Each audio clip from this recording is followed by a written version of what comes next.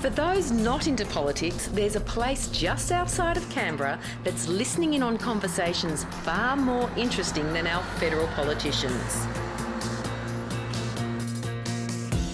The Canberra Deep Space Communication Complex is operated on NASA's behalf by the CSIRO.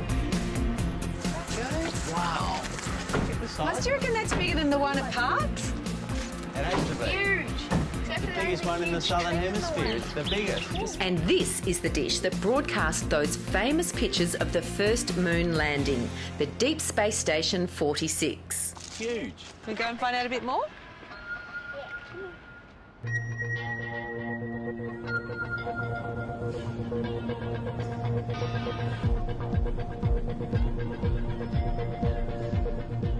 This is all very exciting for us. Can you give us a brief rundown on what goes on here?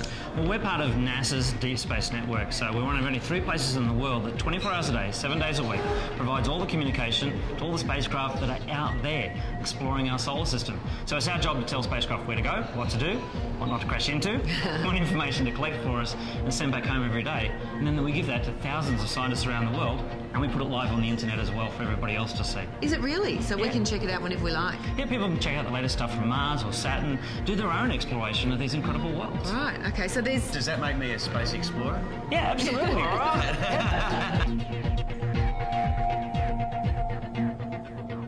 So this is an actual piece of the moon. It's one of the largest pieces in the world, and it's 3.8 billion years old.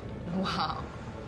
But the real heroes of Apollo 13. Now inside I saw the spacesuits. They look pretty amazing. Can you tell me about those? Yeah, the spacesuits, they're quite incredible. In fact, the big white bulky suit that there is the type of suit that they would actually wear outside when they're in space. And they're literally like little miniature spacecraft. They're worth about $10 million each to keep those astronauts alive in the hazardous environment of space.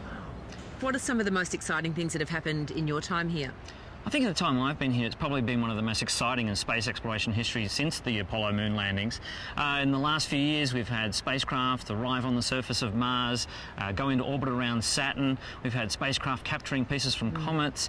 We've discovered over 1,000 new planets over the last couple of years, so it's all happening every day. There's never a dull moment. How cool was that?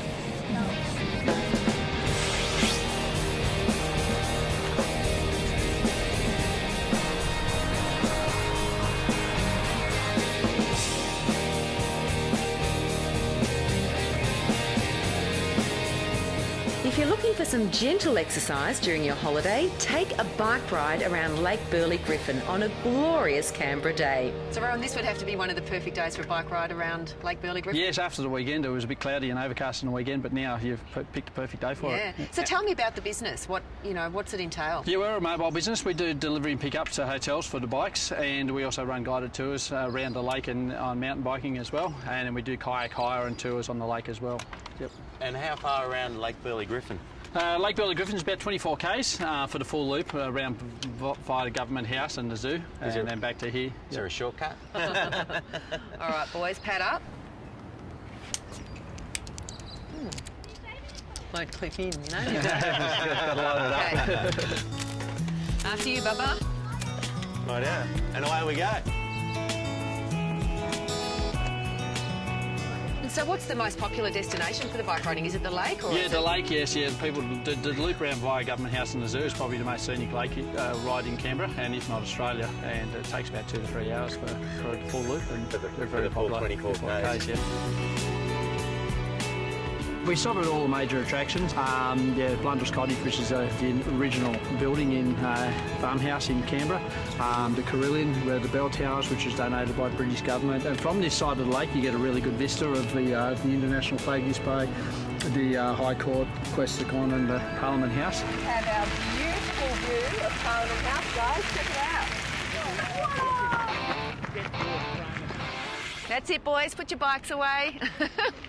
Well, that's the end of the show, and what a great week we have had. I'd have to say my favourite moment was Muzz hitting the ball around the home of the great Don in Bowral.